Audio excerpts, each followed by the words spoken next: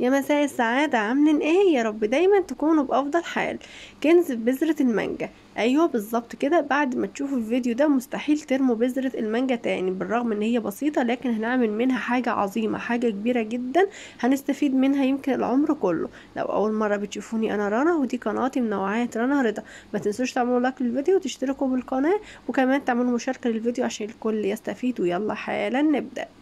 معايا هنا بذرة منجاية، هجيب مقص او سكينة او اي حاجة حادة موجودة عندك. هبدأ ان انا اطلع النواه اللي موجودة في قلب البذرة الناشفة اللي بتبقى في المنجاية، بيكون فيها نواه كده او بذرة كمان تانية جوه البذرة اللي هي الناشفة دي. هبدأ بالراحة كده بالمقص، ابدأ ان انا اطلعها. يدوب هقطع كده حتة صغيرة من فوق اللي هو الحرف الرفيع بتاع البذرة، وهتلاقيها خرجت بكل سهولة. اهم حاجة نحافظ على البذرة اللي انتوا شايفينها دي ان هي ما تتخدش او ان هي تتجرح او اي حاجة. زي ما انتوا شايفين كده، ده المكان اللي فوق اللي هو الحتة اللي بتكون يعني زي نظام حتة دايرة كده، دي لما بتتزرع بتكون لفوق. فانا حبيت بس ان انا اوريها لكم الوضع بتاع زراعتها. هنجيب بقى كوبايه ميه وهنحط فيه النواه او البذره دي كده لمده اسبوع.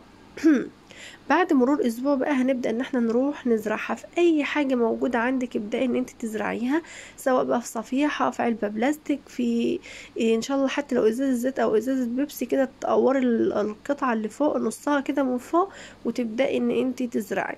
طبعا دي انا كده الوضع اللي بيتزرع بيه اللي هو الحته الدوران دي بتكون هي اللي وشها لفوق في الزراعه.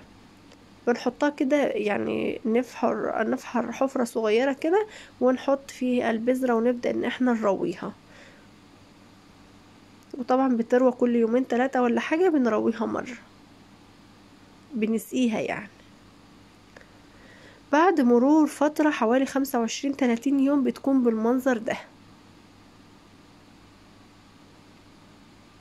بعد مرور برضو وقت شوية بتلاقيها كل ما بتكبر. طبعا دي كنا هنا زرعنا بقى اكتر من واحدة، فبالشكل ده هنا برضو جيركن كده كنا زرعين فيه برضو وردة، فزرعنا جنب منها. اي حاجة موجودة عندك ينفع ان انت تزرعي فيها. وكده بنستغل من بذرة مانجا احنا بنرميها، بنعمل منها شجر مانجا نزرع بقى في الشارع جنب البيت. الكل يستفيد، احنا وكل الناس تستفيد من حاجة يعني بسيطة زي دي بعدها برضو بمرور كام يوم كانت كبرت كمان شوية. لما بتوصل بقى للمستوى ده فهي كده بتكون كبرت على الصفيحة او على العلبة، فما ينفعش ان احنا نسيبها فيها كده. لو الحاجة اللي انتوا زارعين فيها كبيرة، مثلا جيركن او اي حاجة تكون كبيرة، ممكن نسيبها كمان شوية، نسيبها يعني تكبر كمان الضعف مرتين كده او 3.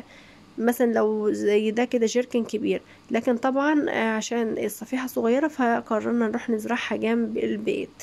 مروان ابني هو اللي بيتولى موضوع الزراعة، ففتحنا كده الصفيحة بمقص كده وبدأنا ان احنا نخرج شجر المانجا. طبعا حاولوا ان انتوا تخرجوه بالراحة عشان ما الجدر او ما يتبهدلش او العود ما يتبهدلش مننا. افحروا حفرة بقى كده جنب البيت، في الشارع بتاعكم، في اي مكان. طبعا ده كان كذا، كنا زارعين كذا من كل ما يبقى عندنا بذرة مانجا فنستغل الفرصة العظيمة دي. كنت انا ماسكاله كده شجرة المانجا الصغيرة عشان يعرف يثبتها كويس قوي.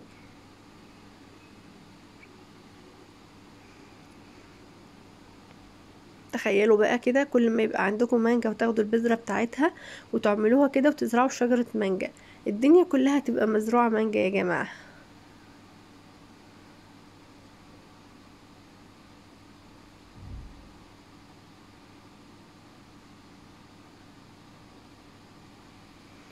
طبعا بيضغط عليها كويس كده يثبتها عشان مفيش هوا ولا حاجة ينقلها من مكانها. ونرويها برضو، بتروى كده حوالي كل 3-4 ايام كده نرويها مرة.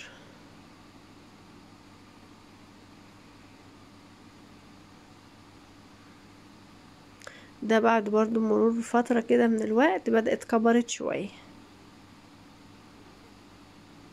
طبعا ترتيب يعني بالايام انا معرفش هو كام يوم، لان كان بيبقى مدة بين كل فيديو وفيديو، فما كنتش بحسب بصراحة. وهنا دلوقتي طرحت المانجا. بصوا تخيلوا بقى، من بذرة مانجا زرعنا شجرة مانجا وبقت تطلع مانجا. اتمنى ان الفيديو يكون عجبكم. فكرة الفيديو غريبة شوية عن محتوى القناة، لكن حبيت من حاجة كده ان الكل يستفيد. لو الفيديو عجبكم متنسوش تعملوا لايك، وكمان تشتركوا في القناة واعملوا مشاركة للفيديو عشان كل الناس تستفيد. ممكن ناس كتير ما تكونش تعرف الموضوع ده. اتمنى السعادة والتوفيق للجميع.